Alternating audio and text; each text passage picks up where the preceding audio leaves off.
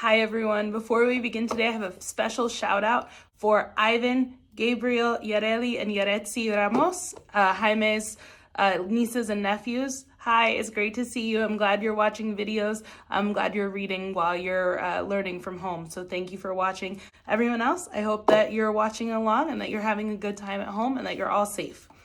Today, we're reading Where the Wild Things Are, Story and Pictures by Maurice Sendak. This is one of my favorite books of all time. I'm not a kid anymore, but I still love this book.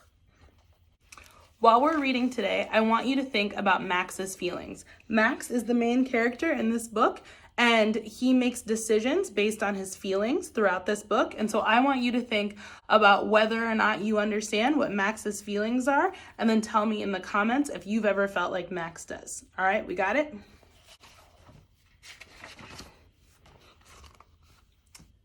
The night Max wore his wolf suit and made mischief of one kind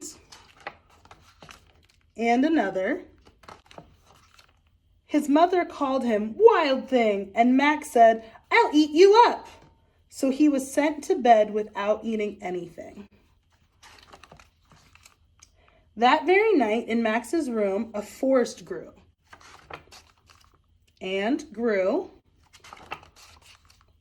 and grew until his ceiling hung with vines and the walls became the world all around. And an ocean tumbled by with a private boat for Max, and he sailed off through night and day, and in and out of weeks, and almost over a year, to where the wild things are. And when he came to the place where the wild things are, they roared their terrible roars and gnashed their terrible teeth and rolled their terrible eyes and showed their terrible claws. Till Max said, "Be still," and tamed them with the magic trick of staring into all their yellow eyes without blinking once. And they were frightened and called him the most wild thing of all, and made him king of all wild things. "And now," cried Max, "let the wild rumpus start." And they're dancing and playing in the trees, and they're swinging together, and Max even gets to ride one.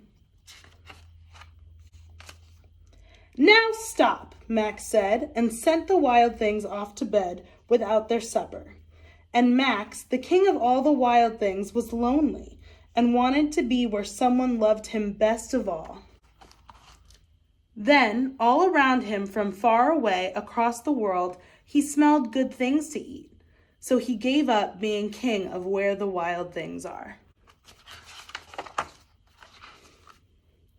But the wild things cried, "Oh, please don't go. We'll eat you up. We love you so." And Max said, "No." The wild things roared their terrible roars and gnashed their terrible teeth and rolled their terrible eyes and showed their terrible claws. But Max stepped into his private boat and waved goodbye, and sailed back over a year and in and out of weeks and through a day, and into the night of his very own room, where he found his supper waiting, and it was still hot.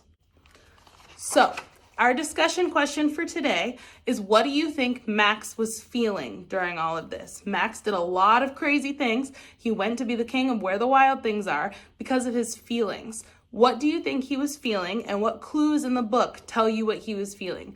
Please leave me comments below explaining your answer, and I'll see you next time. Bye, everyone.